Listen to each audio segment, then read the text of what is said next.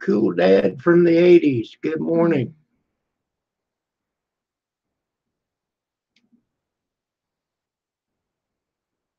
Hello, Theo. Good morning, Roberts.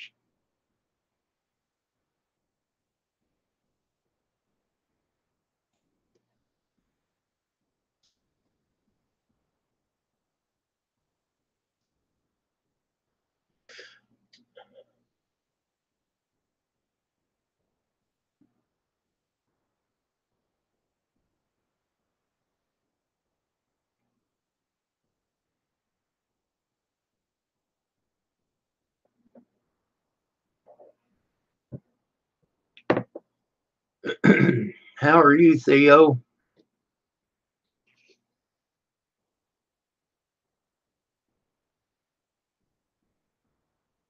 So far, I'm doing great, Roberts.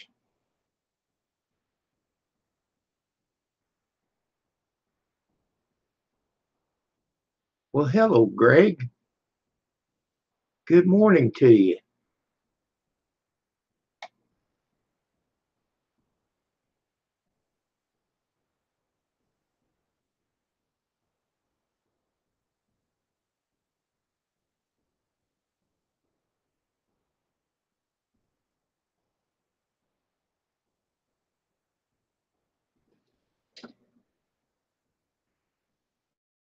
B&J, hey, good morning.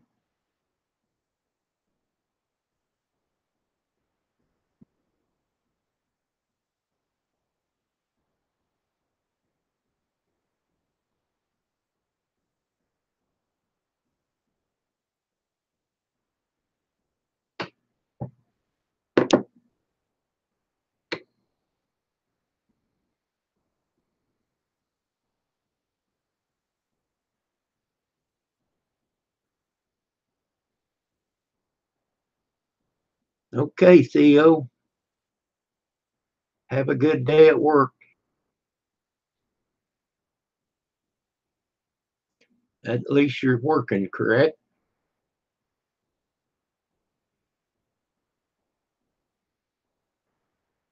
You raw wonder.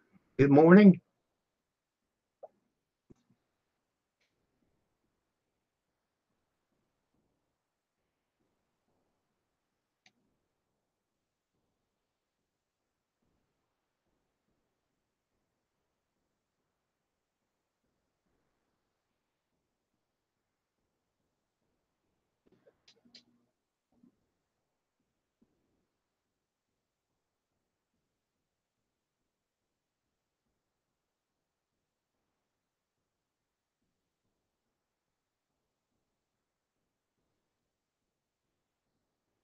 All right, Theo. Be careful.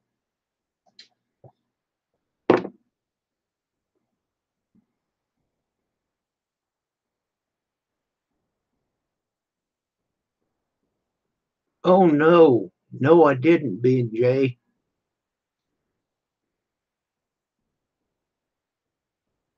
Dog was on a ladder, I guess yesterday, and he fell and hurt his hip. Oh. Tim's World, thank you.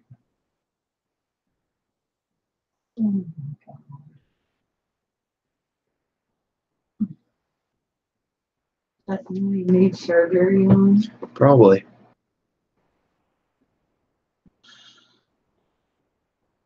Oh, I was lazy yesterday.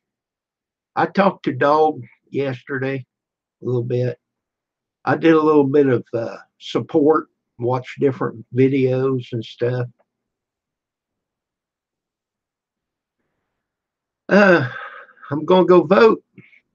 That'll take a whole 5 minutes and do something for lunch. I'm not for sure. Ham salad. There you go. We need some bread then if we're going to do that.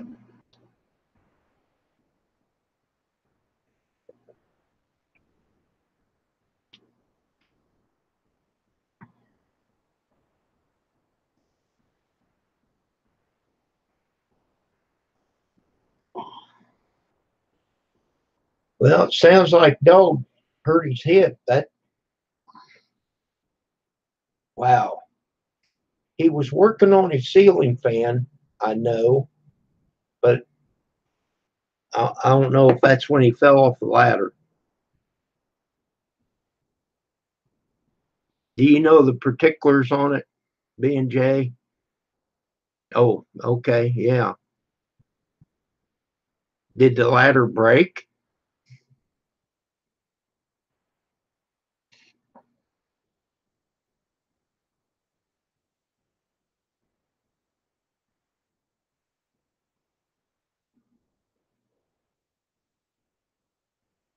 Well, see, he gets up so early. No, the ladder didn't break. Okay, he gets up so early.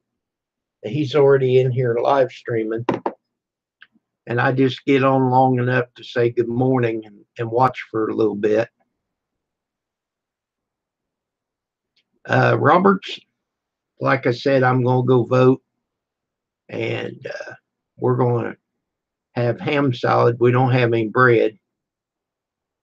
Pam will use crackers, but I think I'll run to the store and get some bread.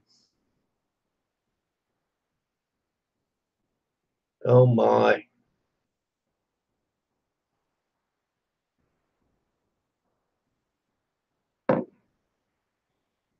Well, the day before, he said that he was just going to fix the outlet box, and then he was going to have his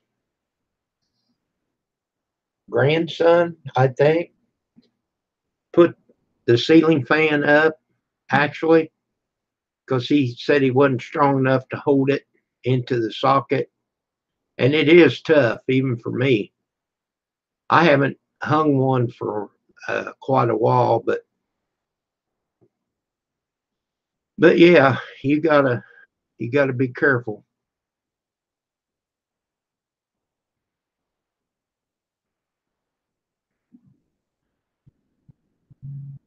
Well, that's a good deal. We got 8 likes and 8 views.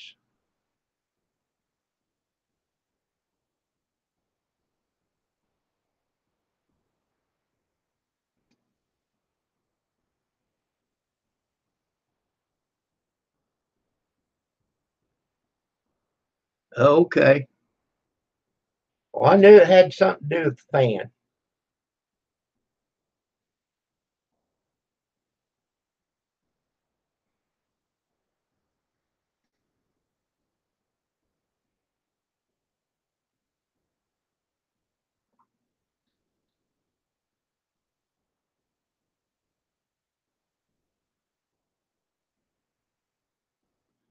Like I said, I got up. It was a little after 6 here.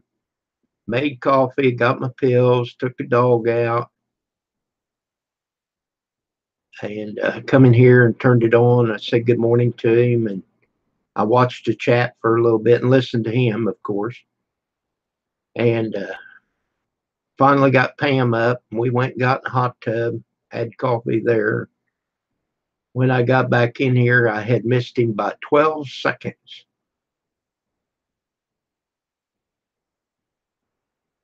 Okay, Roberts,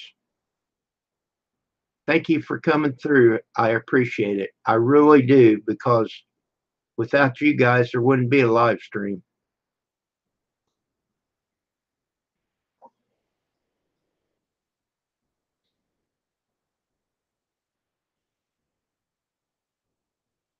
But see, when I turn it on, the whole time it's on, so he's getting support for watch time. And then when it goes to video, when it catches up, then I play it. I start playing his playlist again.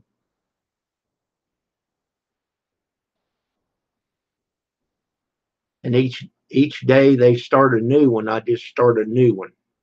And then over here to the left, when they run out, then I shut them down. East Dad, good morning.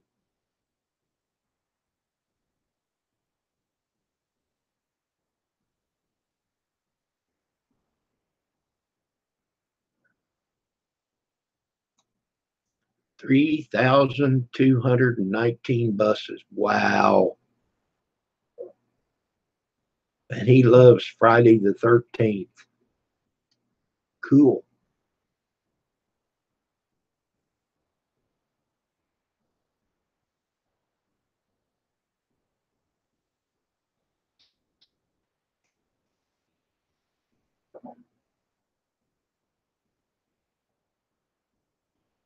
So then, when I got out of the hot tub, I could hear that it was starving for water. So I had to put a little more water in it. Plants time. Good morning.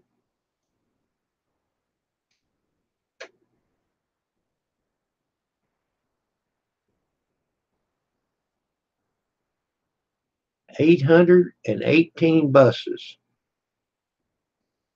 You're getting there. All right. I just bust you with my other channel.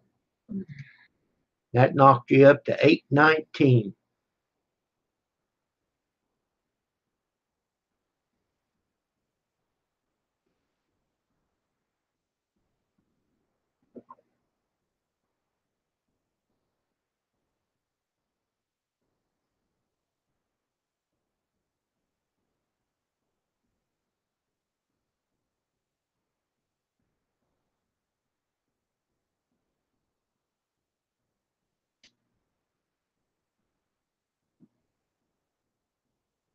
Little dumpling, good morning.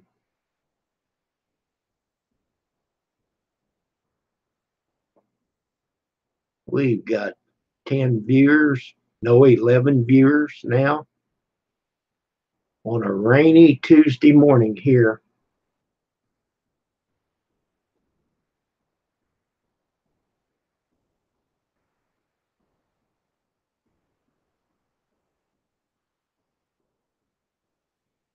Thank you very much, Plants Time. That's it. That's basically the reason why I tried to do a live stream. I I want to maintain my watch time, but I give support, show channel love to everybody that's in here. Little Dumpling says it's raining there. Yeah, the rain's fine if I can stay in here.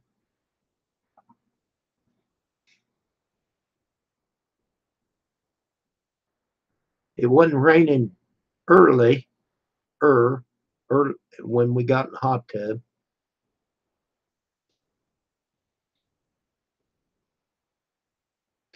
I know you're wet anyhow, right? But that rain's cold. So if it's raining, we don't get in the hot tub. We have got in it and held the umbrella.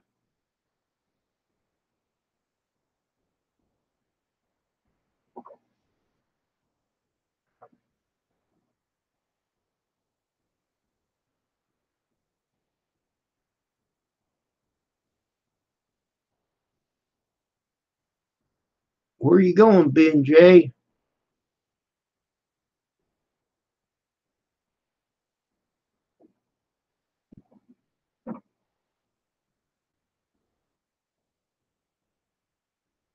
Hear him snoring. Oh, there's your cookies.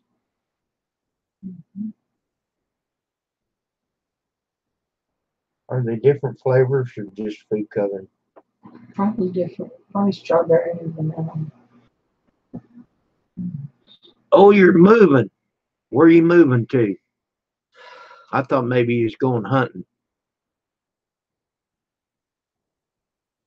All rise. Grizz is in the house. Oh. Let's see.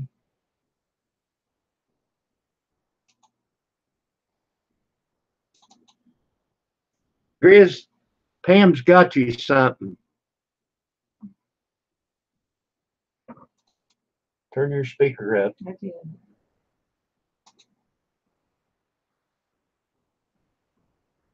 Open. There you go.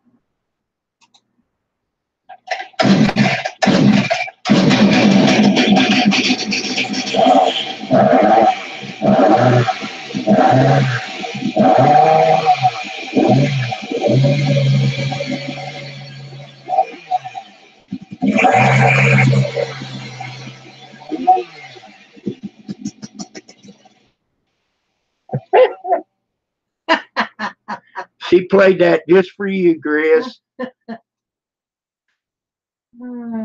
Could you hear it? I'm sure you could.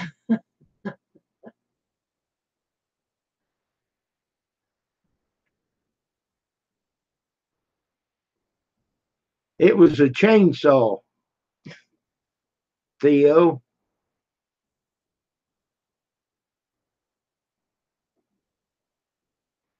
He said it sounds like his razor when I go to shave. It didn't sound like a chainsaw.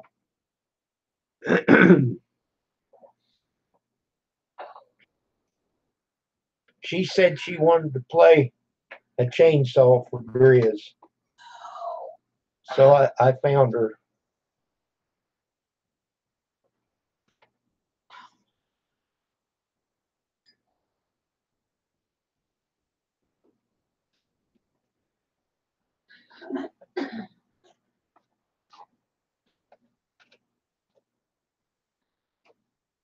It it was a present from Pam to Grizz, Theo.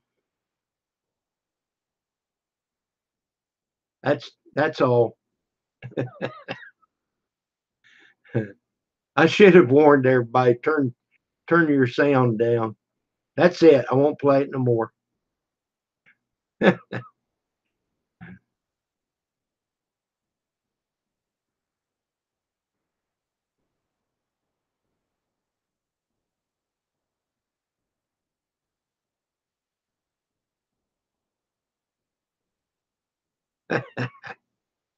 Sounded like your razor. Well, you don't shave. What are you talking about, Grizz? Hey, John. Well, good morning. I'm sorry I haven't caught your live streams.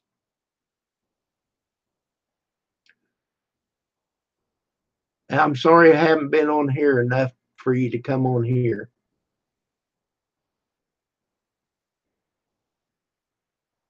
Let's see. It's 6:45, Grizz. Have you got your makeup on? Would you like an invite?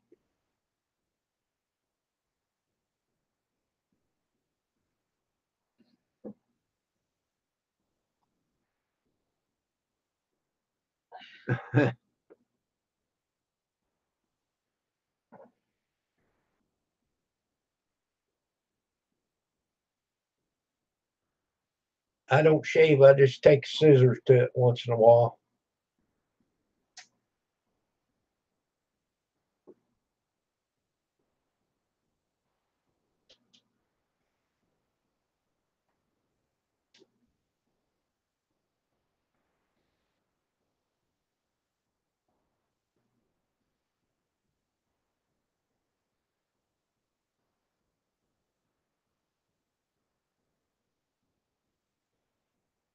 Your wife's not decent.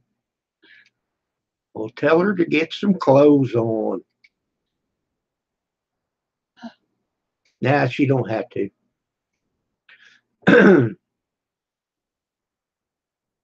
Okay, Grizz, I'm clicking away.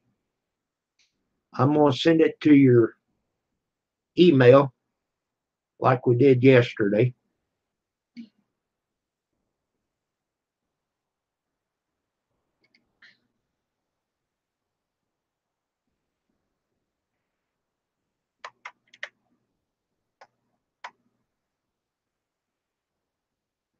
But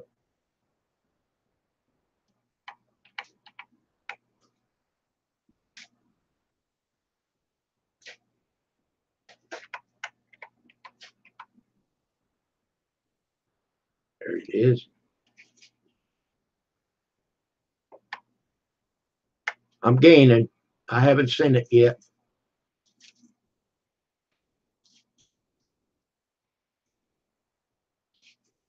Says message has been sent, Grizz.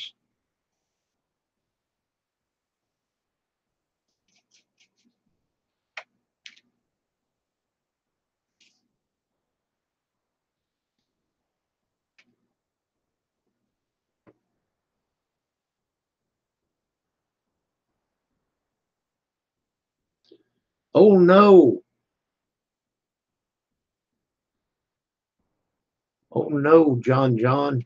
Gonna have a possible tornado. See my sign back there, John John? You might have to grab Toto and get in the cellar.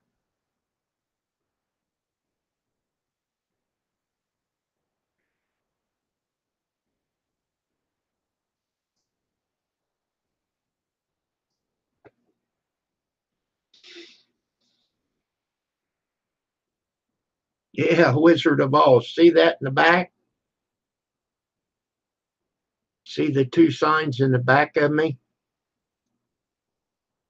Yeah, be safe.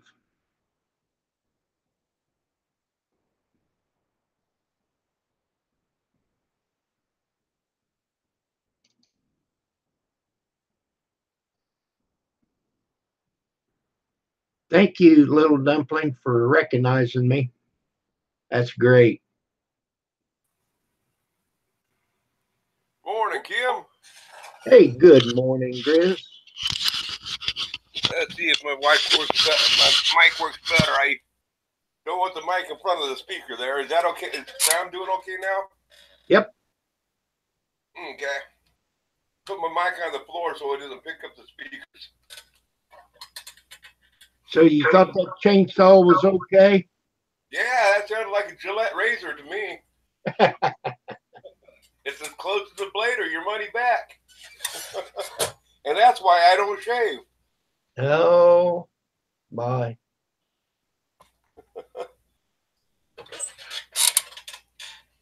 So how's life treating you, Kim? Oh, it's great. Man, I got so many things I'm doing right now, and I should be filming them. But you know, when you're doing a project and you're moving around, going all over the place, it's kind of hard to film it when you're an old one-man crew. Yeah. I can't film what I'm working on. The only way I can do it is do a little bit and film it and tell you what I've done. Yeah. Because anything I go to do, a 5-minute job turns into an hour and a half. And especially when you go to try to use the camera with it. It even goes longer yet. Yeah, you wouldn't. Move the camera out, checking to see if it's still running and all that stuff. Oh, yeah. I had to buy a new battery for my my camera when I was up there at Indy. I charged it. Excuse me. I charged it before we left. And I got up there and we went into this restaurant called Twin Peaks. And I turned it on and immediately it said battery exhausted. I hadn't even used it. So I asked the girl I was going to take a picture of. I said, where can I get a battery? She said, well, maybe down here at the mall. Well, they had a Best Buy down there. So I went in there and bought one. I hope it works because it was $40 for one. Oh, man. And I had just bought a battery. I don't know, hadn't been too long ago, but see, I bought a $10 battery. So that could have been why it didn't work very long. Yeah. And I inquired about, they had a deal. I looked online, and they had price match guarantee, and I text, oh, they wouldn't match it. I said, well, how long is it guaranteed for? And they said 15 days. I said, well, Walmart will guarantee their stuff for a year. They only So, give 15 days? right. That's crazy.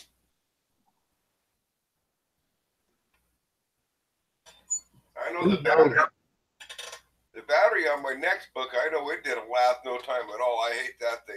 That battery on there, I charge it on up, and it's always been this way. You charge it completely all the way up to full.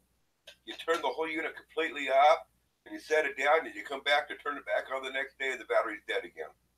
Yeah, bad battery. Yeah. And it's been that way since day one. Well, have you looked them up online? No, I don't even know how to open that thing up to change the battery. So I just use it plugged in all the time. I don't even worry about the battery. Oh, okay. Yeah, I've never liked that thing anyway. It doesn't have a very good picture, and whether you're watching video on it or if you're making video or just everything about that next book, it sucks. I would never recommend anybody ever buy a next book.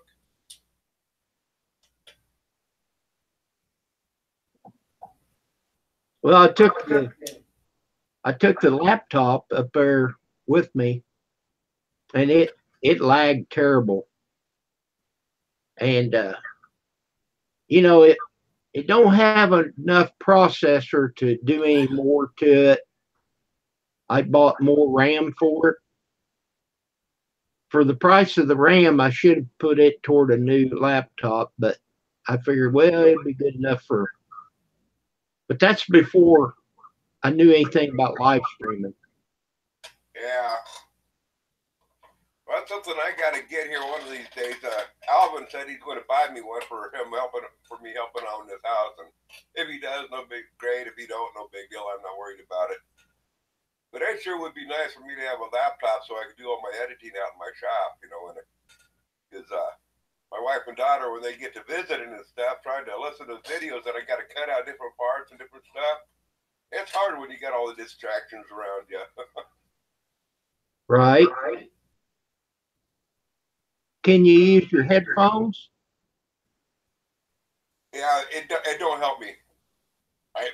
The way my hearing is, unless the headphones cuts out the outside sound, if there's more than one sound, I can't hear anything. I mean, I hear everything, but I can't take anything in. Even if you have one sound louder than the other, it don't work for me. Yeah. How come that's not changing? There, it went. Okay. I can hear, like right now, she's got the TV on. I can hear the TV. Well, I can't understand it, but I can hear it just fine. But if somebody's talking in between me and that TV, forget it. Yeah. Yeah, my hearing's shot anyway. First of all, a person has to talk louder than the ringing in my ears. Oh man, I've got that. Yeah, I've had it for years, and I think I gotten to where it doesn't bother me, the ringing in my ears at all. I have a feeling that if the ringing never did stop, I'd probably go back crazy. Well, they call that something that starts with a T, like Tempest or something like that. Tinnitus or yeah, right. That's it. Yeah. I got it from working around power tools all my life. Me too. Running the forklift. Yeah. Motors. Skill saws, arm saws, table saws, joiners, planers. Oh yeah.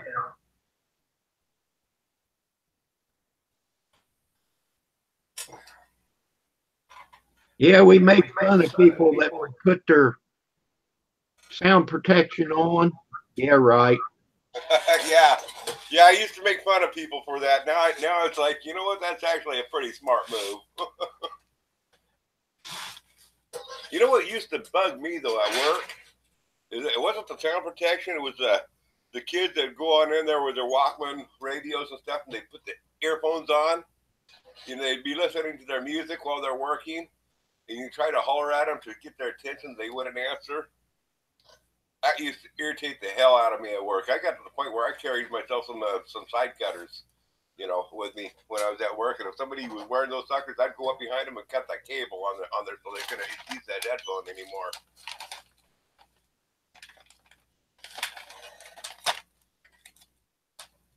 Yeah, we'd be out in the yard working, and they'd be on that phone. I told them, if you don't want to lose that phone, put it up. And when we're in the shack, you can use it all you want. Yeah. Well, I hate cell phones because of that reason.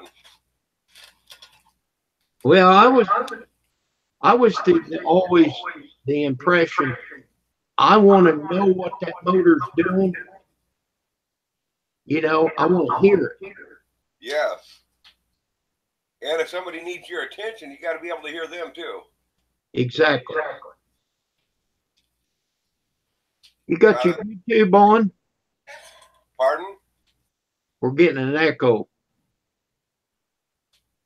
There, is that better? Not so bad now.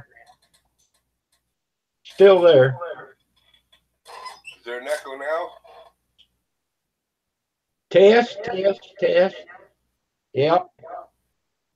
Still an echo? Just when I talk. Let me make sure I got mine turned off. Yep.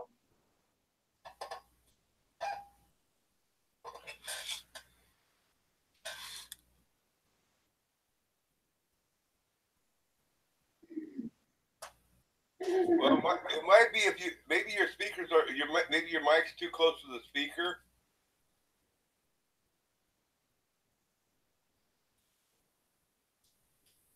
Well, could be.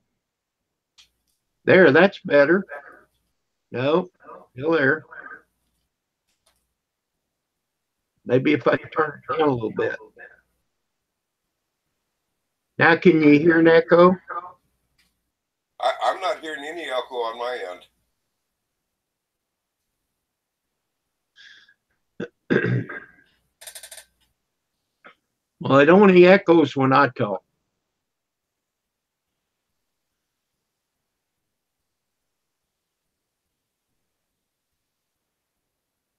Well, that's just part of it.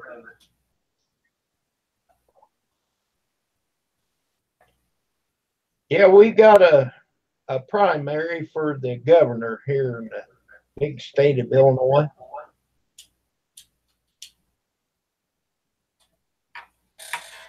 Okay, your election's coming up for that, huh?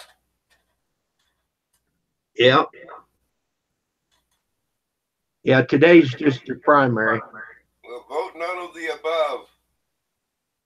I don't know who's running, but vote none of the above. Vote them all out. We need to do something about that governor we got. Take care, B&J. Have a good day, B&J. Yeah, I don't know. I don't even follow politics anymore. I'm just so disgusted with you get somebody that you think might make a difference and they sell out. I told you what happened to my grandpa, didn't I? You might have, but tell me again. He was years ago. This was back in the 50s, maybe the 60s.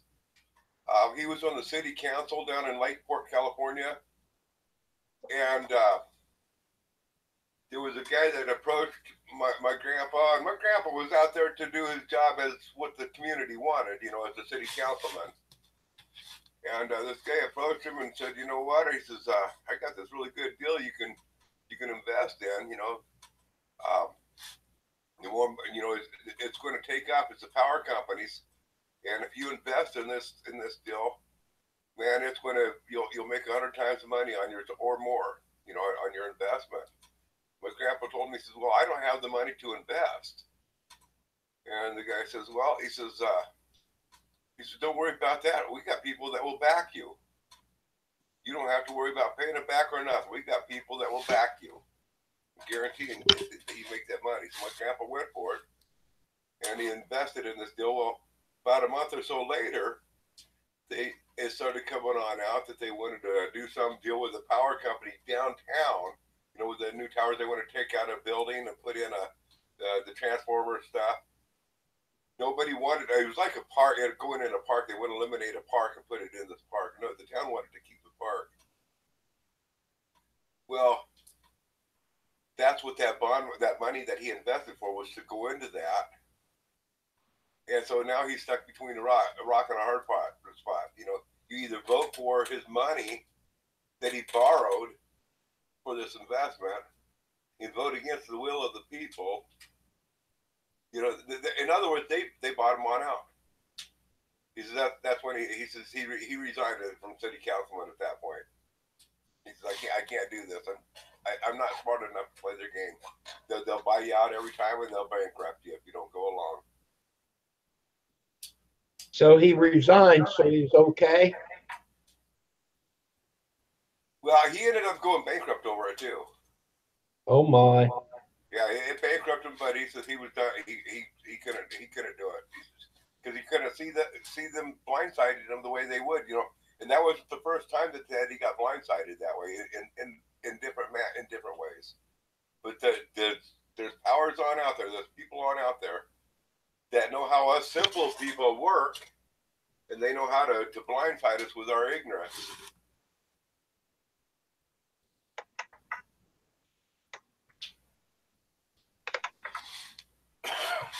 That's how they get done what they want to do. You may have good intentions when you go on in, but they know you have good intentions, but they're out to get you however they can.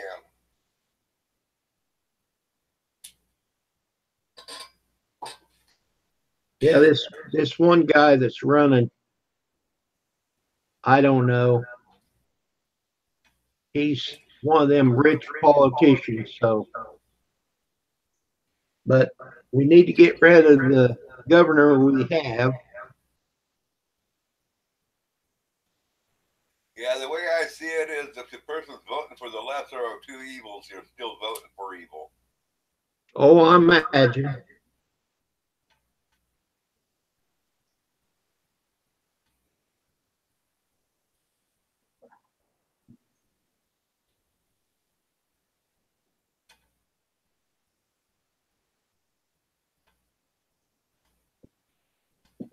Well, I don't comment on all your videos, Gris, but I've been watching a bunch of them. And thank you very much for putting my name at the end of it there. Oh, no problem. I enjoyed that comment. It won't cost you a dime.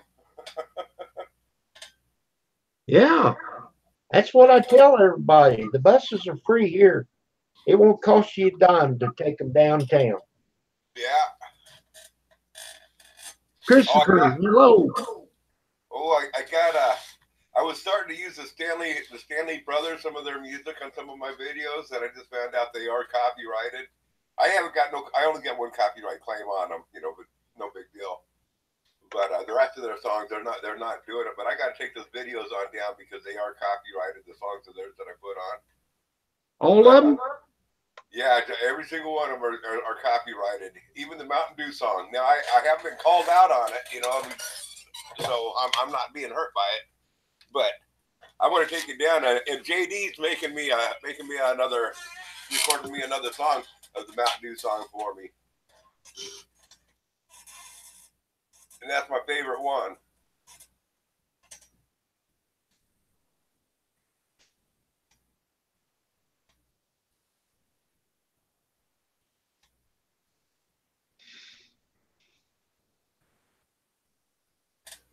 Morning, Christopher Conroy. I don't have my glasses on. Me and Dog learned something there yesterday. You know how your name will come up in red just for you? Yeah. Well, you can type in that at, And just and the the first couple first, of letters, and it will pop up. Yeah. yeah, Yep. I Yeah, I was use always, that from time to time. I was always copy and pasting that. Hmm. That's so much easier. Yeah, who was it? Somebody was telling me about that a week or so ago. It might have been was that other guy that hangs out in here at times and with Iron Dog and stuff. Told us about the Tube Buddy. Oh, fireman. Yeah, fireman. I think he was the one that was saying that, but I'm not sure who it was. But somebody was telling me about it here a week or so ago. Well, I just learned it yesterday, I think, on Dog's channel. I've heard a couple of years ago. I heard somebody saying about that, a few years back, but I never picked up the part where they're saying it would pop up after you type the first couple of letters. I thought you had to type the whole thing on out.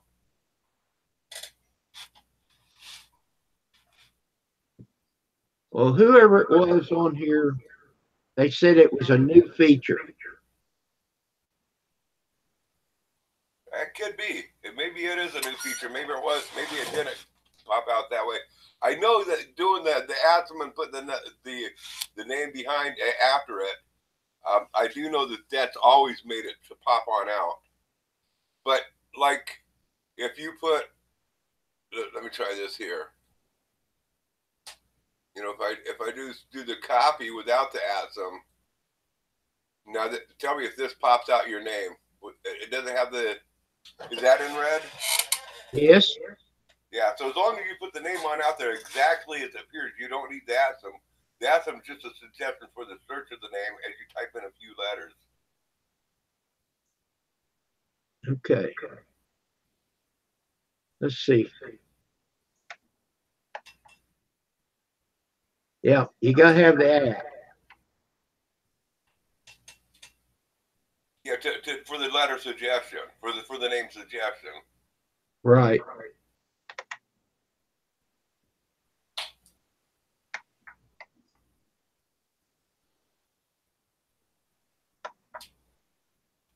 Like that. Yep, like that.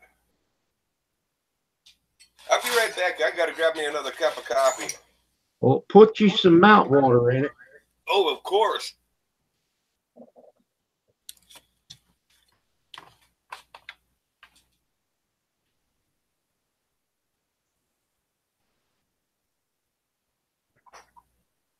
Well, anybody in the chat has something to say, bring up any kind of topic. We'll chat about it, whether it's right or wrong.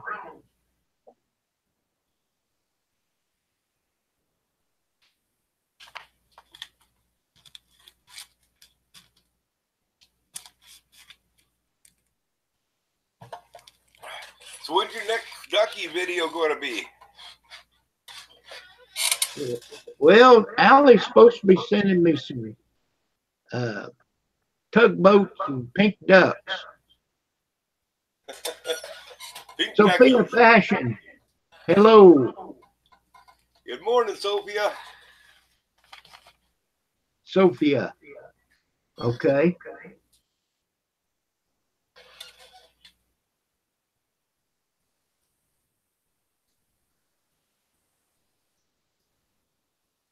Don't work too hard, Theo. That. By the way, work is a 4-letter word, so we would kindly request you to refrain from using that word here. No, I'm kidding. Remember, this is family friendly. Do not say the 4-letter word work. Well, the thing that I found out about it, be careful when you're doing that work. They expect it the next time. That's right.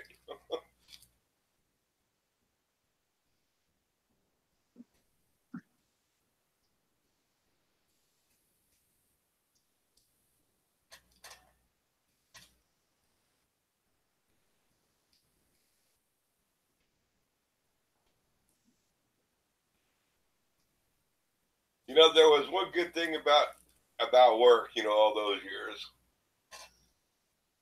is you know, if a person's got to work to make money, you might as well make work for you. And the other thing is,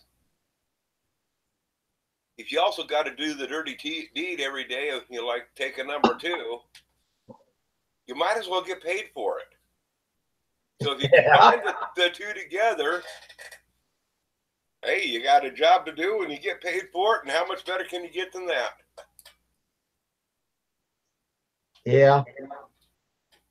I never did do that. I had to do my business before I went to work. Yeah, but you didn't get paid for it. See, I got paid for it. Yeah.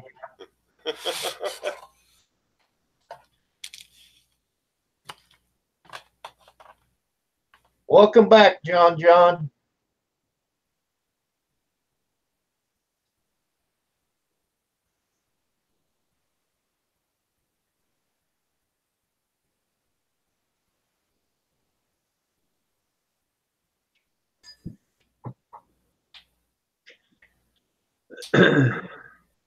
Well, I got paid for a lot of times I didn't work, so it averaged out.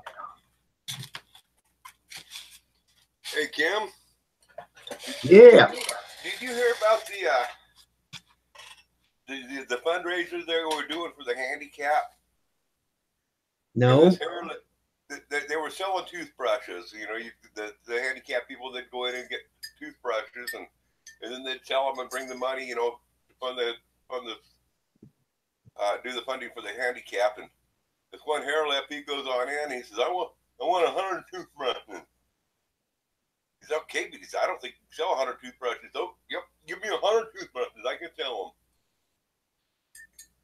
So he gave him 100 toothbrushes, and sure enough, here comes the hair lip back about 2 hours later.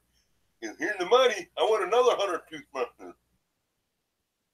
He says, man, he's holding that quick. That's awesome. So he gives him another 100 toothbrushes. An hour or so later, he comes on back, gives him money. He says, yeah, I need another 100 toothbrushes. He says, how are you selling those so fast? He goes, oh, I just give free chips and dip. Free chips and dip, and they buy my toothbrushes. He says, oh, man, it must be some good chip and dip. You got something that I can try? He says, oh, yeah, here, try some. I taste the chip and dips on into it, takes the taste.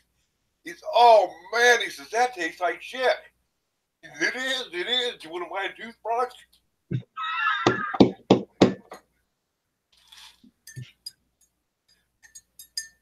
Oh, my.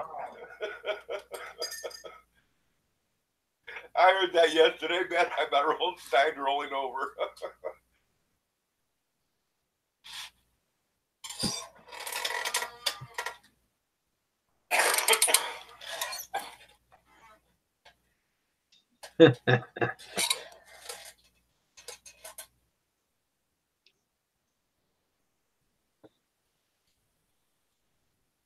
Okay. So, Fyffe,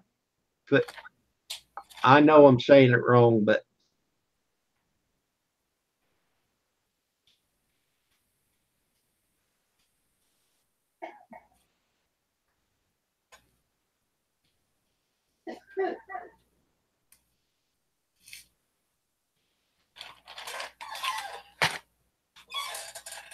Grace, you sure you don't have your YouTube thing on? You mean for the echo? Yeah. No, I got the mic down on the floor. My speakers are quite a ways away from it. Let me try turning my speakers down some more. No, go to your, not your Hangouts, but your YouTube channel.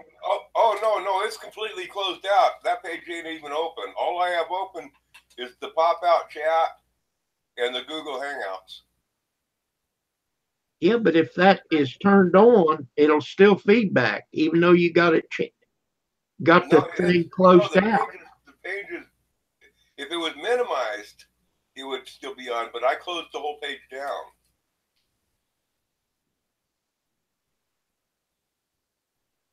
Okay.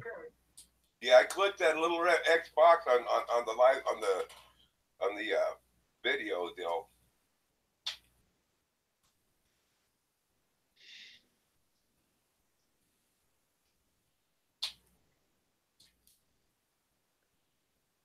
When we was up at India at a restaurant, I told this waiter about the guy. He went into the restaurant and he was eating and he dropped his spoon. And the waiter just handed him another one. He said, "Man, that's quick." He said, "Well, we have researched it that if somebody drops something, they're going to drop the spoon. So we just carry the spoon with us." Well, that's pretty cool.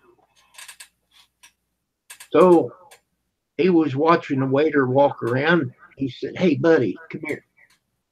He said, "You helped me by handing me the spoon." He said, "You got a string hanging out of your fly there." Well, he said, "We researched that." He said, "I got a string tied to it. When I go to the bathroom, I can just pull on that string and go to the bathroom, and then I don't have to wash my hands because I don't touch anything." And he's sitting there thinking about that. He said, "Well, how do you get it back in your pants?" He said, "Well, I don't know how the other guys do it, but I use the spoon."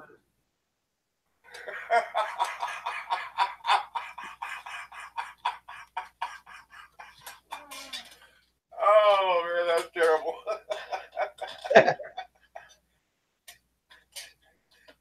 Oh man. I thought you'd enjoy that.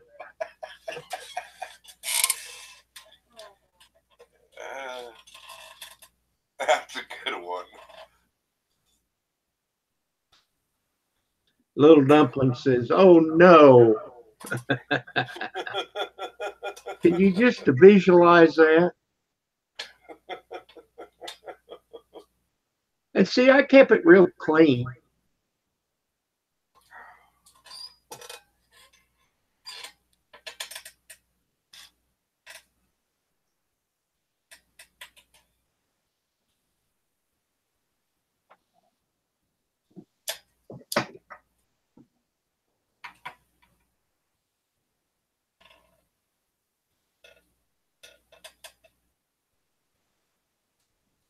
So, what's the weather up there? Is it raining? No, it's been pretty nice weather. It gets really cold at night because it's clear skies, but it gets to be pretty comfortable during the daytime. It's I think we're supposed to have weather coming on in again. I think tomorrow. I need to check the weather forecast here.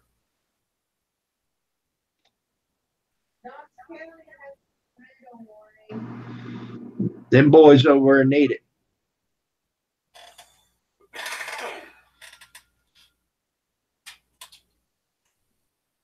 No, that's their test. Yes, it is. Oh wow, our weather forecast is sunny today, but tomorrow is 90% chance of rain, and it says for Thursday and Friday 100% chance of snow. Oh wow. I don't believe that.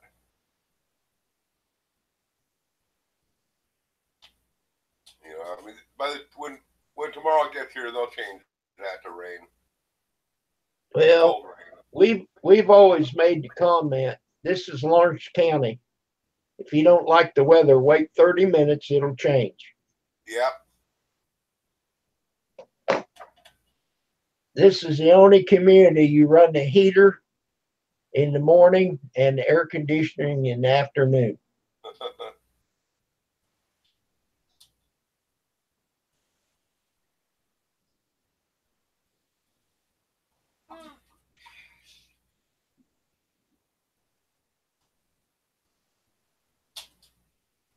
Where's my hourly forecast?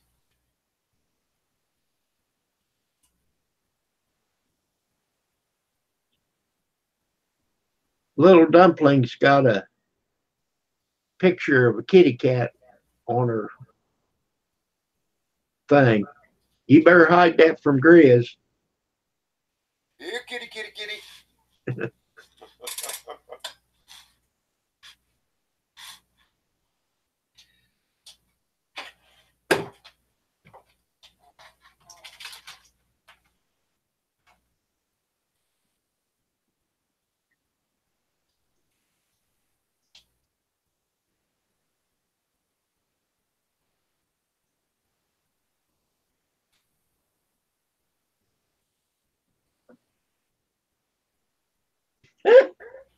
You're hiding, little dumpling. All right.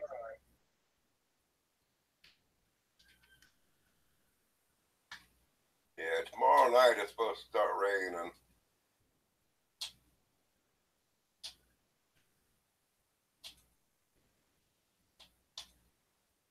At 6 a.m. it says rain and snow mix the following day.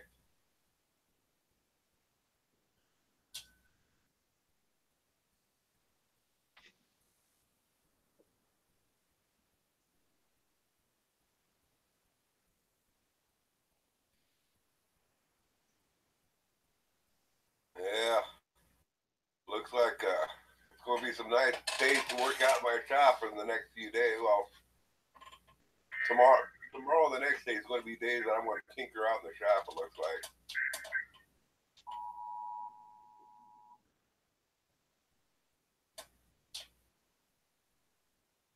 That sounded like a weather alert. Yeah, they're just running a test.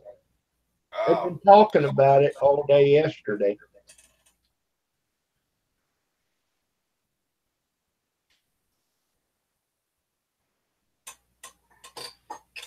They said that Tuesday at 10:30 or something like that, they was going to run a test for 15 minutes just in Knox County.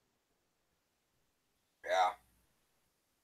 But it's coming up like it's a real thing.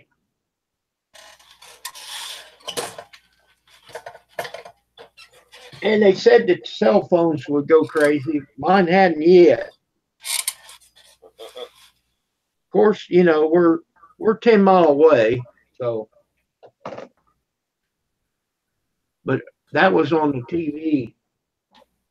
She was getting it.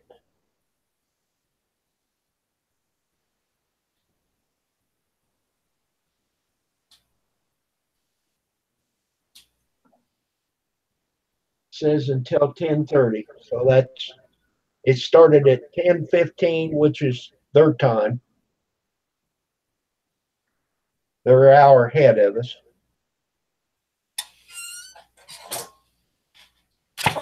Oh, you okay, girl? Surfer just jumped off my lap and landed flat on her face. Oh man.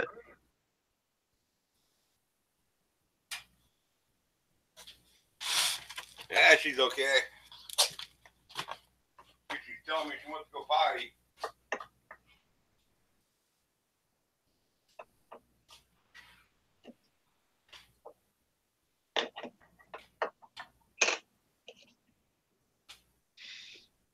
Are you still there? Yeah, I'm still here. I just let the dog outside to go pee. Yesterday we had salmon. Now it's a different kind of salmon than what you got.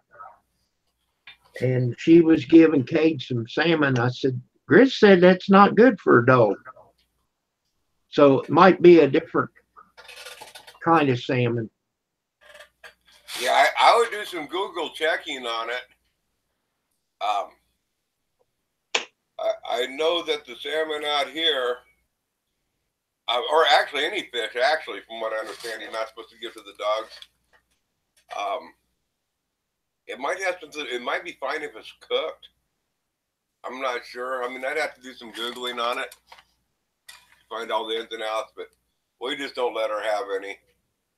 Oh, that's fine, you know. But we give him just a little of the catfish we get from seniors, Uh-huh.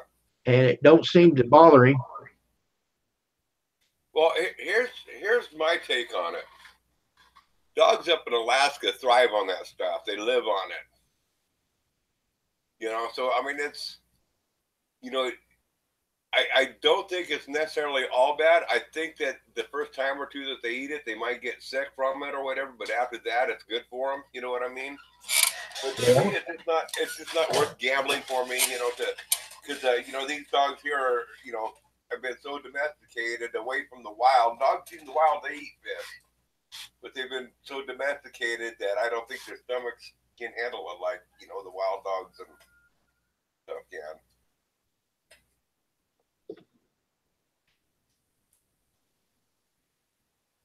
Now I know that you're not supposed to give a dog chocolate, Correct.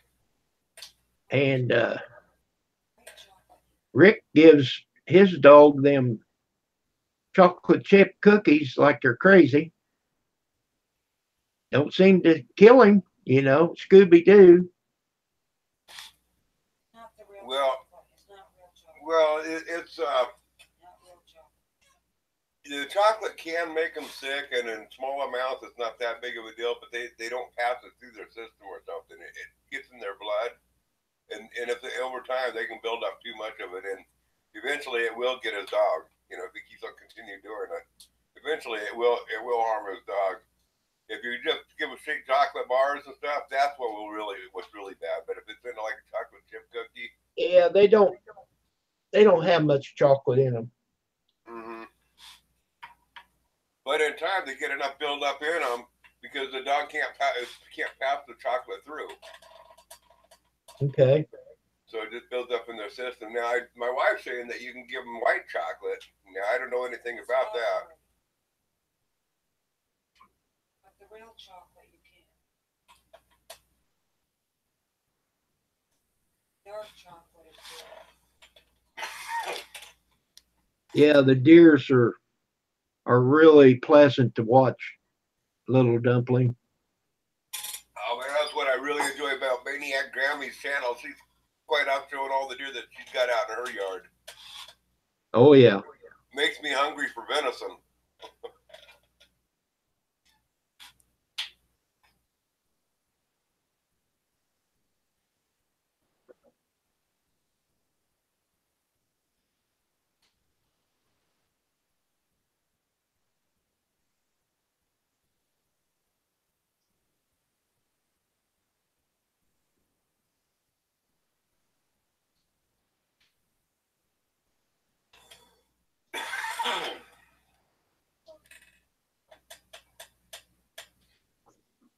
I don't know if we're going to get a hard freeze anymore here. I had to put a little more water in my hot tub. I hooked up the garden hose. I left it hooked up, so let's see what happens. How often do you have to add water to your hot tub? Well, I'm not going to be smart. It just depends, when it gets lower. There's a fine line in there of where you fill it to. If you fill it to that, then it runs over when we get in. And then when we get out, the level goes down, and then it starts starving for water in the skimmer. Uh-huh. So when you can hear it, when you get out, you can hear it go, and then it'll shut down the pump, and then it'll gain back, so that's not good to let it starve for water. So Yeah. when I start hearing it do that, then I put water in it. And what it is, you get out, you're wet, you drag the water out, and it evaporates because it's hot. So it just depends how much you use it, and we use it quite often. So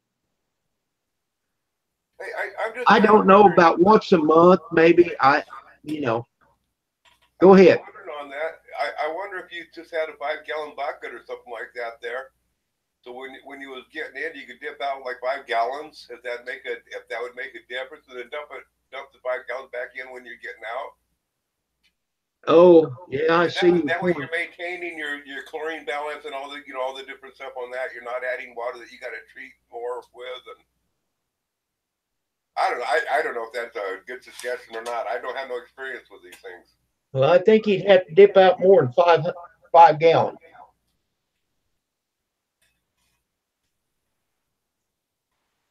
You know, when we both get in there, the water's going to come up.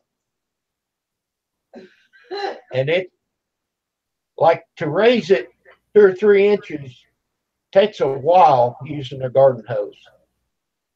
So it would take more than 5 gallons. Now, I change it every 6 months.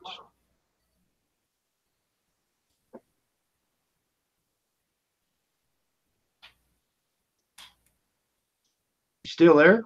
Yeah, I'm still here. I was just kind of trying to do some thinking on that, how you can conserve on that water. Yeah, well, You don't use that much. It only holds 250 gallon altogether. You know.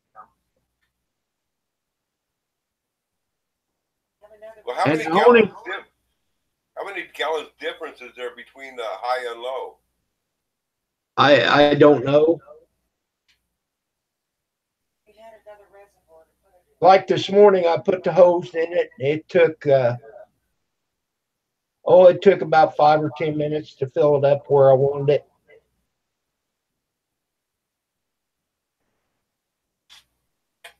So, you know, I can't see a difference in my water bill one way or the other. Yeah.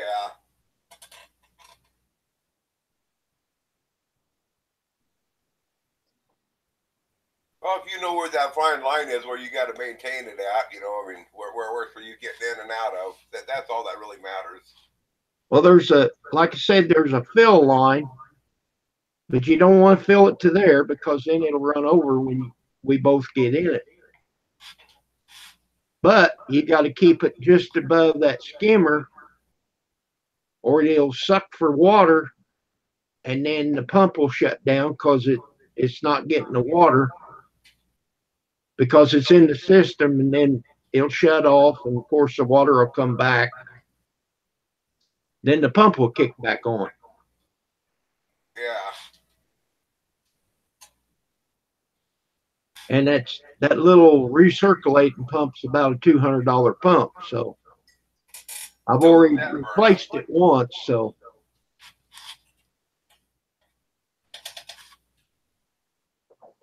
the big water pump that circulates the water, you only turn it on when you're in there. It's over $500. Yikes.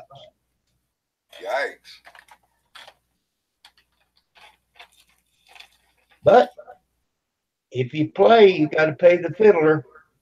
Yeah. Hi, little ham. Here come my little dog wagging his tail. One of these days, I want to build a hot tub, not the jacuzzi, because I don't need the jets or the bubbles, but I like just sitting out underneath the stars at nighttime in hot water. So I want to make a hot tub. You build one of those wood stoves that drops down in the water, and you feed the wood stove from on top to heat the water with. I don't know. It's on Pure Living for Life. They build a hot tub that way. I want to do something like that there, where I can fire it up with the hot tub, you know, to heat it up. I mean, with the wood stove to heat it up. Well, you still have to have a little circulating pump. Not on a hot tub. Now, if you want, the hot water, the hot water will move itself around. Okay. You know, it will circulate, because hot water, once it raises to the top, the cold water drops to the bottom. So it will slowly circulate it. It won't be as a consistent heat as if you have a circulating pump on in there. You know, the far side of the pool or the tub will be cooler than the, you know, the closer you get to the tub, the warmer it will be. But I mean, I might end up adding a jet pump to it later on at some point to put jets on in there. But the main thing is just getting the water hot, be able to sit out in the, you know, on a cold, rainy night, you know, and just enjoy it, be able to sit in the hot water. Well, if it's raining very hard, you'll see that it's too cold. Keep in mind, a wood stove in the water though heats it fast. Not not the water. The rain will be too cold on your little head. Oh no, that part I like. That part I've been out. I've done that. I love sitting out in the rain with submerged up my neck, the body toasted warm, and have the water so hot that you get warm that you actually need that cold hit in the head, to balance your blood temperature out. Yeah. Well, I'll tell you what, I really like this one. But like I said, this little circulating pump, it runs 24/7. Okay. Uh-huh. And the heater's inside of a tube. And when you turn the big jet on, it turns that heating element off, but the little pump always runs. Okay, so it don't heat until you turn the big pump off. So if you start out at 104 degrees in the water, and like this morning it was right below 30, I mean not 30, but below 40. By the time you get out, it's dropped like 3 degrees. Okay. Uh-huh. And then I left it open and put that water in there. And of course, it's cold. By the time I got it all taken care of to shut it up, the water got down to 97. Yeah. I'll be right back. I got to let the dog in.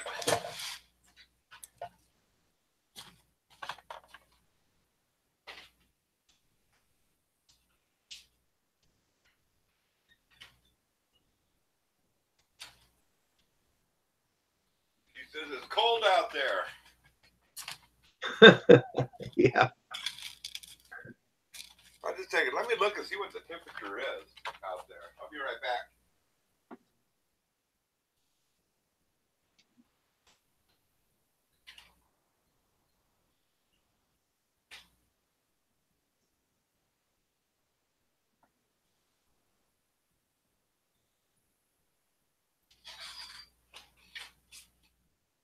It's right at 32. I just looked at the internet. It says 33 here. Colder to which is getting a brass bra. That's right.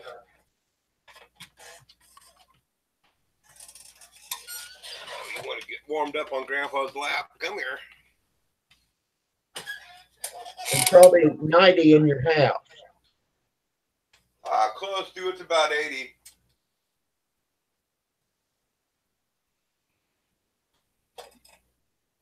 We had the furnace off last night. I got up this morning. It was a little cool. I just flipped it on. And then when we come in from hot tub, I just turned it back off. Hey, do you know about propane water heaters for hot tubs? No. I have the propane furnace for a hot tub that heats hot water. It's got like a 2-inch copper line going in and out of it. And I'm thinking about even hooking up when I build a hot tub, is initially starting out with that until I get the wood stove that I can put on in it. I just don't know how cost effective it will be to heat the hot water with propane that way.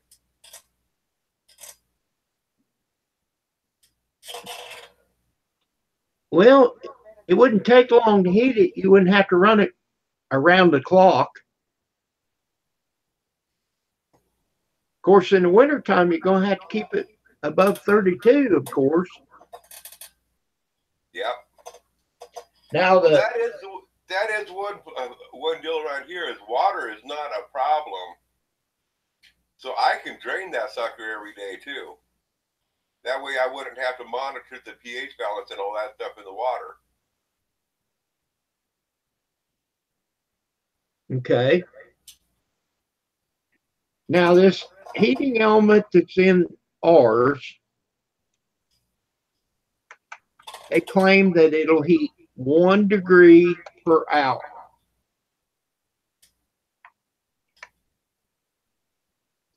Okay. Uh-huh. So like I knocked it down to 97. It's not an issue. By the time we get back in the morning, it'll be back up to either 103 or 104. Now, when it gets hot in the summertime, I turn the temperature down and run it about 102. If you get down into the 90s, it actually feels cold because it's below your body temperature. Uh-huh. 98.6, you know, you need to keep it up above 100, even in the summertime. Yeah, unless you want to chill yourself down real quick. Right.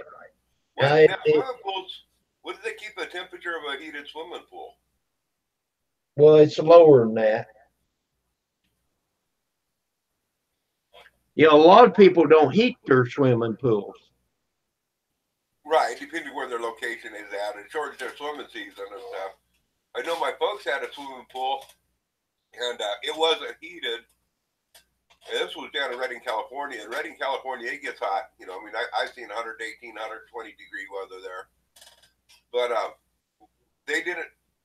They weren't able to swim until mid to late June because the water would be too cold in the swimming pool to get on in until at the earliest mid-June. And then it started warming up where you could swim on in it. And then when they put a solar hot water system on in to heat the swimming pool. And basically they would disconnect it during the summer months, but it made it to where they could start swimming in May, and they could swim through the end of September into October. It would still be warm enough for swimming. So they doubled the amount of time that they could swim by having the solar system on in it. Now, here a lot of times people just put one of them solar blankets. It kind of looks like bubble wrap. Yeah. But the sun will shine through and heat the water that way. Yep, and that's what I had. We had a little 12-foot above ground pool out here, just a little one. And that's what we did, and that worked pretty good too. And then on a swimming pool, you can take a whole bunch of that plastic pipe, black, lay it out there in the sun, or oh yeah, that will definitely heat it. Or sometimes they run it through the attic of a house. Mm-hmm. Just in the summertime, you know, for a pool. Yeah, when we first moved here, before we had electricity, I mean, for about 3 or 4 years, we were completely off grid living here for the first 3 or 4 years. And we had before we put the well in, we had the spring flow water coming on down. Yeah, we had that black poly pipe. We had a 2-inch black poly pipe running across the ground. And I'll tell you what, and that poly pipe was about at least 200 feet long. Man, I'll tell you what, at the end of the day, when you got home from work, you could take a nice hot shower. You know, that black poly pipe, it would get that water hot. You had to be careful that you didn't burn yourself. That was the problem with that, was we didn't have the cold water to add to it. To make it a comfortable temperature. Was that your drinking water at the time too? Yeah.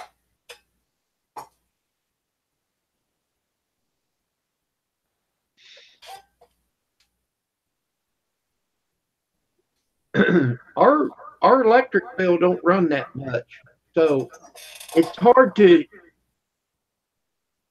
you see, because you run electric for the furnace to run the blower, and then of course you run it for the air conditioner in the summertime and the blower fan. So it's hard to tell, you know, how much a hot tub actually runs. And like I said, it's only hooked up to 110 volts. And the reason why we bought this particular one at that time, our electric was only 60 amp. And then just, well, a little over a year ago, I upgraded it to 200 amp. Uh-huh. And I won't change it over to 200. They said you could, but I don't know how you could do that if your pumps are set up for 110, you know? Yeah, you'd probably have to change them out. I mean, now some of your pumps, I know, like with my air compressors and table saws and stuff, and my radial arm saw, they're wired in a way to where I can switch them from 110 to 220. Okay. Inside the motor, there's the deals where you cross wires back and forth, and you can switch these wires over to here and this one to there to make it 220 or 110. And then also you can buy a switch. On my compressor, I have a switch over on there with a lockout switch. So you can plug it into 110 or 220, and you just have to flip a switch and tell it if it's going to 220 or 110. But the electric motor has to be wired to where it can handle both. Right. To And me, so it's just not worth it. Yours is wired where just inside of it, just a matter of switching a couple wires on over, and that should be in a diagram that you have. Yeah, I don't know. It's not worth the risk. Well, if you got the paperwork for it, it will tell you if you can do that. And then it's no risk at all. And running everything that runs 220 is cheaper to operate. It draws less amps at 220 than it does at 110. Right. You're pulling from both legs. Yeah. But this has a plug-in that it plugs it into a 20 amp. What do you call it? A ground fault. GFCI. Yeah. Right. I mean, you can't plug 110 plug-in into it because one of the things is turned goggle, you know. Now, isn't that a 30 amp plug-in when they're turned sideways? No, this is 20. It is a 20. Okay. I think that both of them are turned horizontal for 30. That's a 30 amp. So this one's got one horizontal and one vertical. Good morning, Two Family. How are you today? Hello, Two Family. Is this Sherry or Daryl?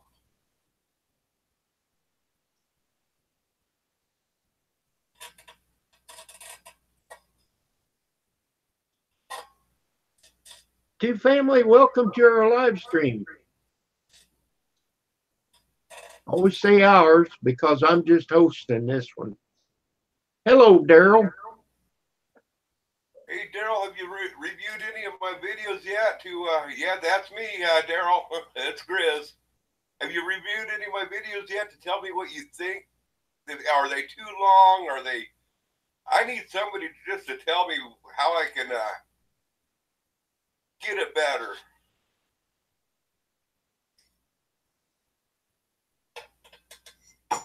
Well, Grizz, they are long, but if they don't have the time, they shouldn't click on it. But if they'll sit and listen to you, which I do, they're very entertaining and wisdom. I mean, they're great. See, that's proof right there. The wisdom part is proof that I am deceitful.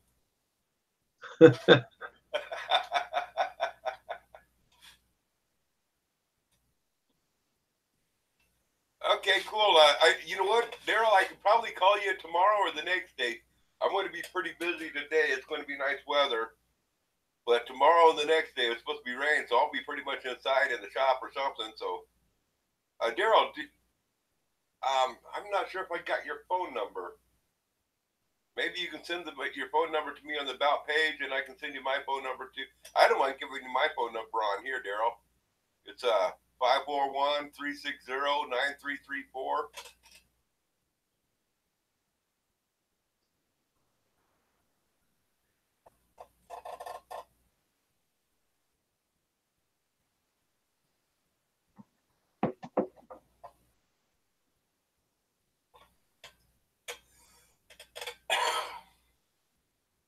Just keep them entertained for a minute. I got to go get rid of some coffee.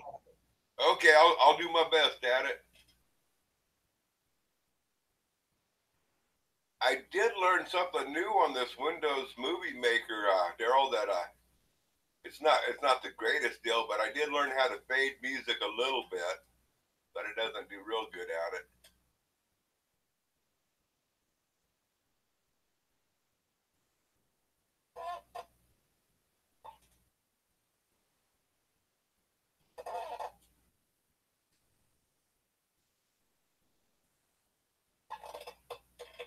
Okay, and I'll send you my phone number too to your About page or to your email or something. I'll give it back to you that way. But yeah, we'll chat the next few days. I gotta finish fixing my daughter's lights and our furnace on her trailer to where she don't have to run that Mr. Buddy heater, maintain a consistent heat, and leveling out our backyard with the tractor. And I gotta bring in some more wood before the rain starts hitting again. I don't want to fill up the woodshed now. I just want to make sure that I got enough wood in the woodshed for a couple of weeks. And the other deal is today is I'm making some forks to go on the front of my tractor. A little better setup for forks. They'll be easier to grab the logs with. Got a full plate. If I want to get it all done today, I got a lot to get done. Thank goodness I got Dave here to help me. He's actually going to be the one building the forks for me. He's a certified welder, so probably better for him to weld it up for me rather than me. I'll always, if I weld it up, I'll be constantly repairing the brakes and the welds. If he builds it, then it should be built pretty good and solid.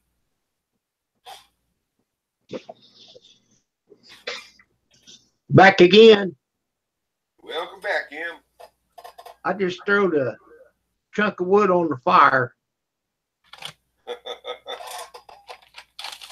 Flip the switch.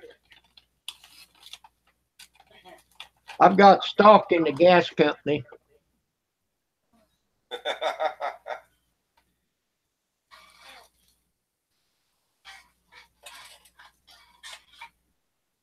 Okay, two family. Take care, Catch you later. Thank you for coming through.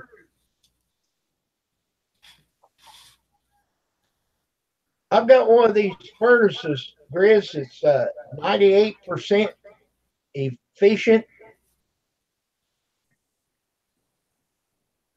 It vents through a piece of 3-inch pipe, plastic. So when you turn it on, it blows the little exhaust fan first. Then the fire kicks on, and then the blower kicks on. I'm sure you're acquainted with them. Yeah, you know how I am acquainted with them. A friend of my brother Chuck's, I can't remember the kid's name.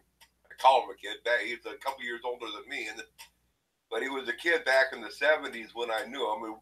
Back during the Jimmy Carter era. Okay, this kid was he was a genius in some ways, and he was stupid in other ways. He's the one that invented the flueless wood stove. And basically, he built a wood stove that by the time the exhaust was coming on out, it was so cold, you could run it on out to a PVC pipe. And he did that with, he created this wood stove, the flueless wood stove this way, which had a flue. It was just PVC flue, so it was expelling cold air, the gas, it was cold by the time it was leaving. He created this on grants from that Jimmy Carter was doing to boost the energy deal. He did this with a $10,000 grant from the government that he created this design. He went to Blaze King with it when he was pretty much done with it. He had it worked out all the bugs of bells and whistles. But he went to Blaze King wood stoves, and they worked him out to finish. How they paid him a salary to finish it, which it didn't take him very long. Well, then he was supposed to get royalties or something off of it. No partnership, but he was going to get royalties for the rest of his life. And he was so stupid that he sold that patent out on that wood stove to Blaze King, sold out all rights to it for $10,000. And Blaze King went and sold that patent. Everybody uses it now. But my brother's friend is the guy that created that.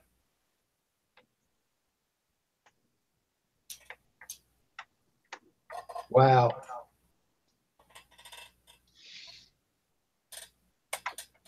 Yeah, all started from wood stoves. Then they started using them on pellet stoves. They use them more on pellet stoves and all that, and gas stoves more so than they do on the wood stoves. But his originally design was with the wood stove. Now my sister's got a stove. I don't know how much efficient it is, but it's got like a 2-inch pipe, an intake, and an exhaust. Okay. Now mine's just a 3-inch exhaust. So the only problem with that is it's sucking the air from the inside, blowing the heat from the basement outside. Yeah. And then it creates moisture. So the exhaust pipe is tilted, so all the water runs back and drains out into the drain. Now, is it an electric furnace or what is it? It is gas. Is it gas furnace? Yeah. I wonder if you could take an outside air supply and attach it. Find out where it's pulling the air on in, and make your own outside air supply. So you're not drawing the room. You're not drawing room air. You're pulling outside air to heat. You can, but it wouldn't make that much of a difference. Okay. I mean, that's not the way it's designed, so I don't worry about it. Yeah. I'd have to have somebody smarter than me to do it. So for what I would pay to have it installed, it would, it'd take a long time to pay for itself. Yeah, especially if you had to have somebody else do it. Yep.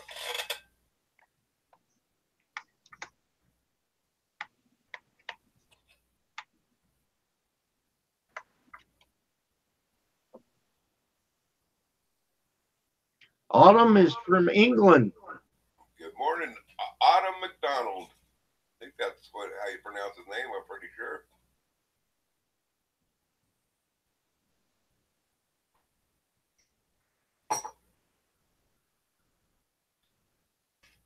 Now, speaking of him being from England reminds me, do you know why the United States seceded from Great Britain?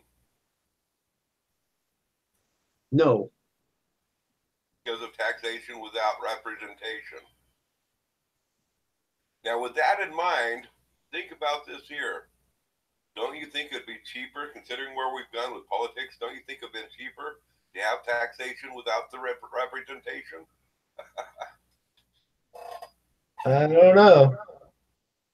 Good morning, Hallie. Morning, Food Forest Permaculture. That's Hallie is his name? Yep, he told me, he said, I'm Hallie. Good morning, Hallie. I never knew your name before.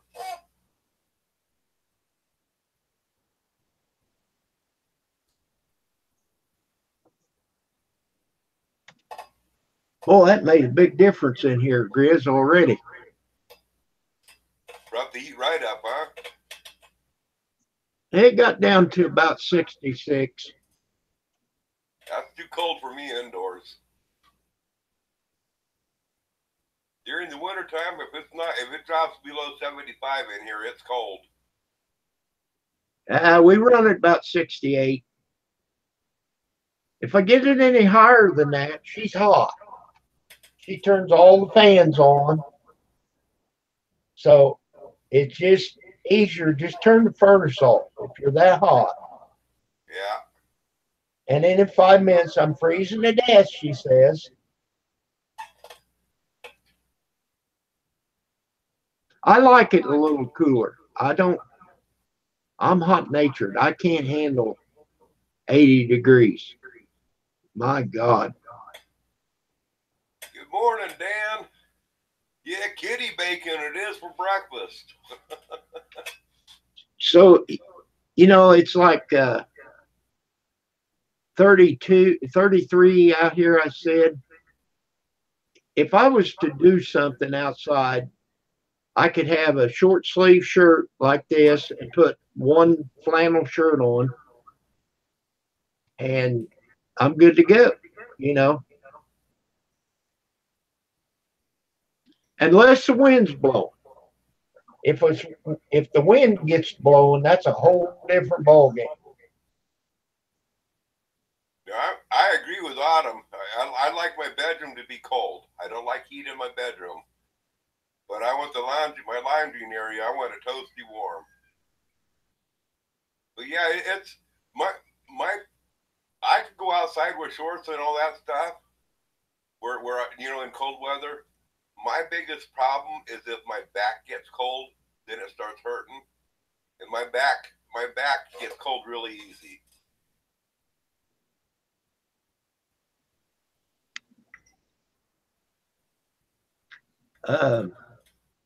I don't know if I said hello to Roadside Dan. Good morning to you. I'll do it now. I've seen you in here for a little bit. Thought you was in here earlier. Yep. Yep.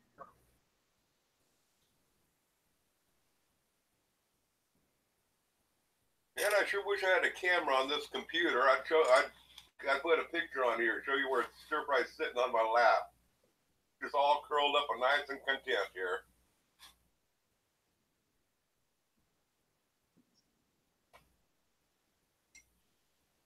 So what are you using that you're talking on right now? This is my desktop computer. Oh, okay. Yeah, I had the cell phone plugged into it. Got it tethered on in for the internet. Cool.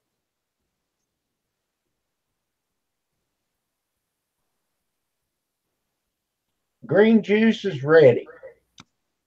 Wonder what that is. Oh, that's where they juice kale and all sorts of green leafy vegetables and other stuff for all the nutrients.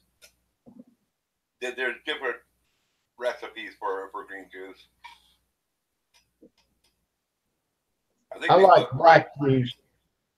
I think they put fruits in there. They'll put some different fruits on in there too. And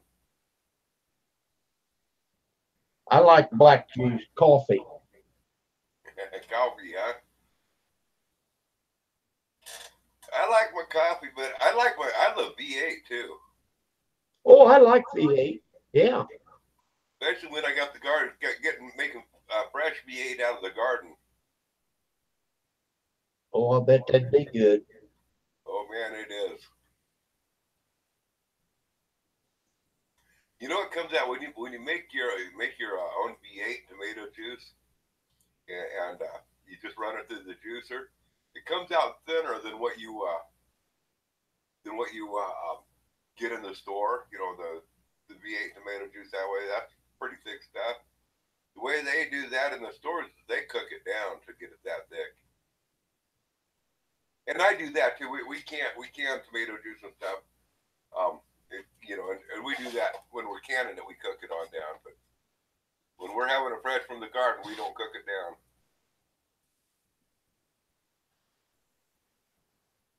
Well, it's whatever you like. Now, when you're canning it, you got to cook it down. It's got to get cooked in. Well, it kind of cooks when you can it, don't it? Yeah.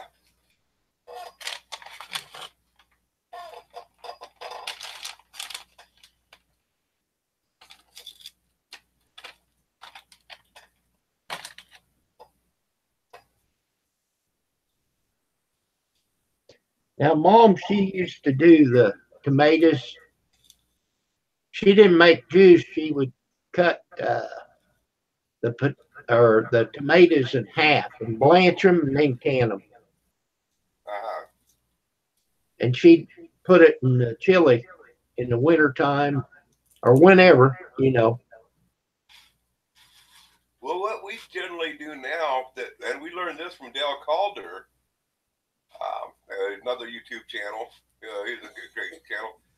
He takes his tomatoes and he puts them in like a roasting pan, and then he roasts them in the oven. And he puts some onion on in there and bell peppers, different stuff. Well, we've got to doing the same thing, and then depending on how far we cook it down is whether we're making tomatoes a juice, and we still put the peppers and the onions in there on everything when we do this. And then and then you can use it for spaghetti sauce. You can use it for whatever. But if we're making a thick sauce or something, we cook it down more, roast it longer in the oven, and every 30 minutes you just kind of stir it. And man, we really like how that turns out that way. Roast it in the oven. But we don't cut them in half or nothing. We just throw everything in whole. And then as you start cooking it down, it starts breaking it up. And then if we want it to be, if we're making it for juice, then we put it in the strainer. You know that deal that you crank around and around and around to separate the pulp? Then we run it through that afterwards. Yeah. Man, I run one of them things a bunch. Then that pulp that we get out of that, then I can that on up, and then I use that to make salsa with.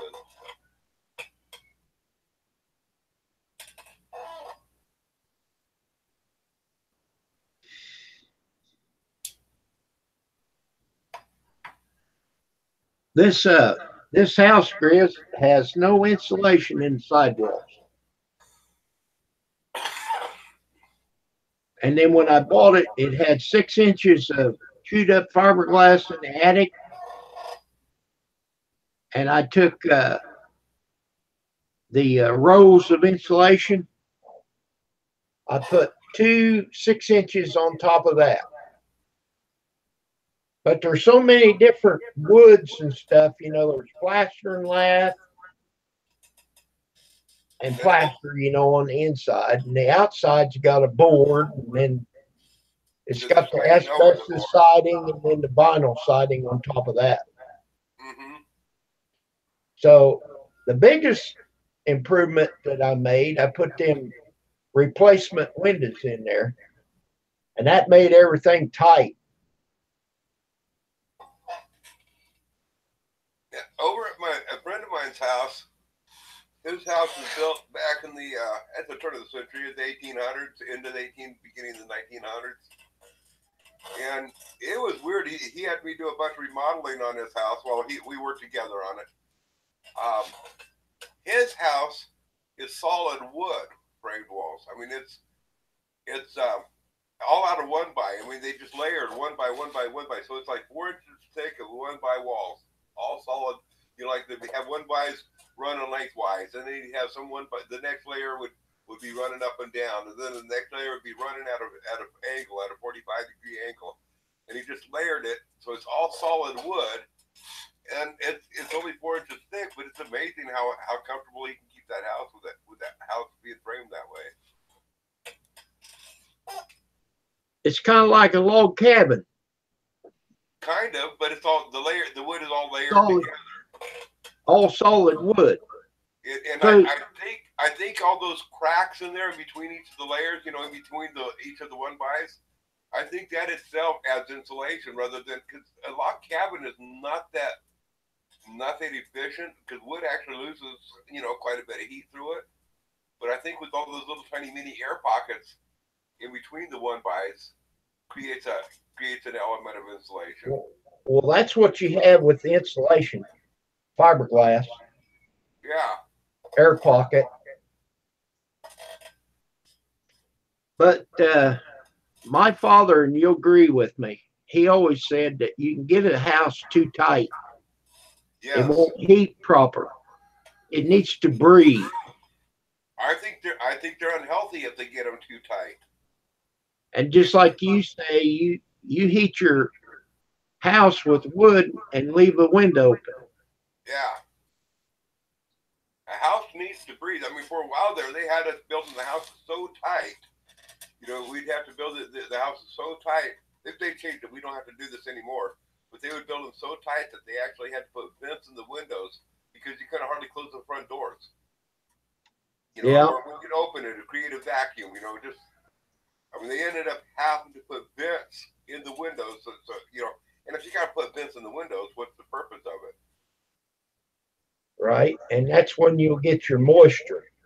Mm-hmm. I'm a firm believer that a house should breathe. I don't believe in even using house wrap. You know, I mean, I believe in using felt paper because it's not airtight or whatever.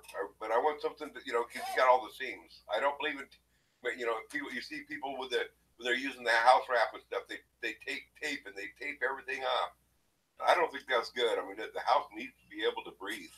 Well, I had a carpenter tell me that he used the house wrap and then he had to go back like 10 years later to do something.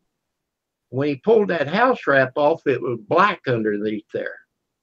Yeah, the mold. He said, so we go back to felt paper. Yeah. Yeah, felt paper, you know, the cracks allows it to breathe. You know, the seams or whatever, you know, where you lap it on over, it can still breathe and you don't get that problem. Oh yeah, house wrap's 9 foot tall. Yeah. Now And then it's then you're supposed to tape all the seams and everything off on it too. well, I don't know why you would tape it because it's got holes in it. It's not solid. It breathes some, but it doesn't breathe enough. And you're Right. required, if you have a tear in the paper, you're required to tape it. If you have a seam where you start a seam, you tape that seam. It's something that they require, and it's stupid, you know, as far as I'm concerned. But yeah, it's designed to where it breathes, but just it doesn't breathe enough.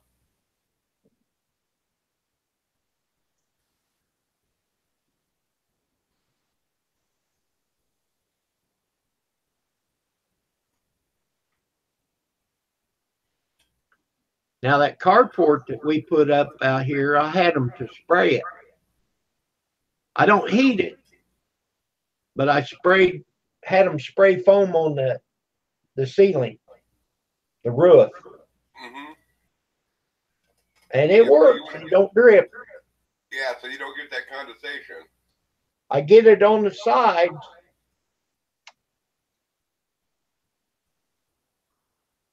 And you can take one of them turbo heaters, you know, you just put kerosene in it. Of course, I just use number 2 diesel. Boy, it'll heat that up in about 10 minutes. I got 2 of those heaters. I gotta put them on eBay or something. I want to give them away. I want to get rid of them. Don't like them, I'm not huh? used for them anymore. Yeah, I just bought this one while I was working out there. It was real cold, and see, I wanted to get it built while I was still working, so I could get the material. I put a loft in it. Uh-huh. It's got 9 foot sides, and I thought, well, I got enough room that I can put a loft up there, and I can stand on my knees in the middle. And I told her, I said, you can store stuff up there if you put it in totes and mark it. And then I can just slide it back toward the roof, you know. Uh-huh. It works great.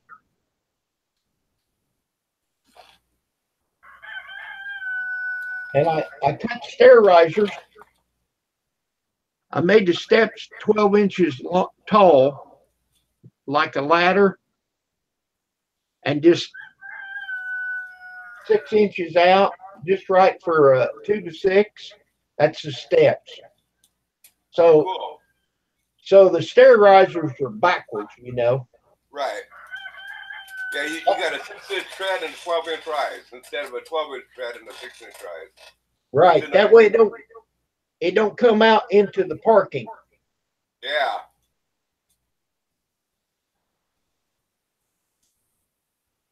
And I just got 10 foot back there for the floor on the bottom and the loft up in the top. Uh-huh. I'm pretty proud of it. I kind of designed it myself.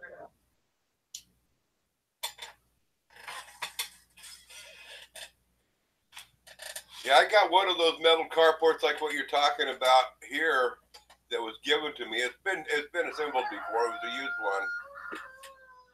And I'm thinking about setting it up right in front of my shop. I'm thinking, I'm not sure, or I'm going to set it up over my daughter's trailer. But I got to get something over my daughter's trailer. I just haven't decided what I'm going to do yet. And it's probably going to be easier if I just build a wood frame over her trailer rather than trying to set up this metal carport. You done it for summer, the heat? I'm doing it for the winter to keep the rain off of it, the weather, the sun beating on it. Winter and summer, basically. Okay. I mean, it will still be open across the top where everything can breathe. You know, I mean, I don't want to not do it. I want to shield it from the summer heat so it'll stay cooler in there. And I want to shield it from the winter rain because these older trailers, they are known to start leaking in time, you know, and I just don't want her to have to fight that. Right. Well, this carport, it's called, they refer to it as a vaulted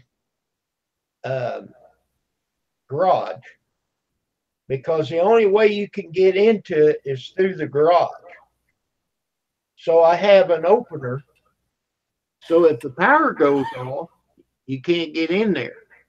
So I bought one of these emergency, it's a cable and it has a key. You just turn the key and pull the cable out and pop it, put it right back in there, and then you can raise the door by hand. Uh-huh. When I was putting the power in, we had the power off, and this guy, he said, well, we need to cut this board so that we can install it down in the basement for the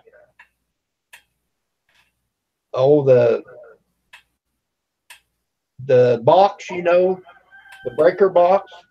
Well, I said, no problem. I got a tree saw in the garage.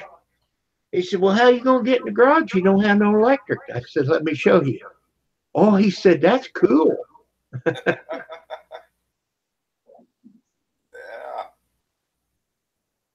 I could have opened it and tripped it before they shut the electric off, but I had too many irons in the fire. I forgot, you know. Yeah. We actually moved it. We moved it to the other side of the house and then run the service line through the basement to the new breaker box inside the house from the new one outside. Well, Kim, I better get going. The day's starting to burn away, and I got a lot to accomplish today. So, yeah, the roosters are crowing. Yeah, they're telling me to throw them some grain. I let them on out this morning, but I didn't give them their grain yet. It was too early. They're wanting to be fed. That's one thing I got to do. Yeah, I gotta get my dog out too. So I'm about ready to get off here too. Let's say goodbye to everybody. Everybody say goodbye to everybody on the chat. I thank each and every one of you for being on here. Your turn, Grizz. Y'all have a good one, and if you ain't subscribed to Kim yet, then you better get her done. Y'all take care. Okay, everybody show each other channel love on here. So when I find it here, may the peace and the power of the Lord be with you. Goodbye.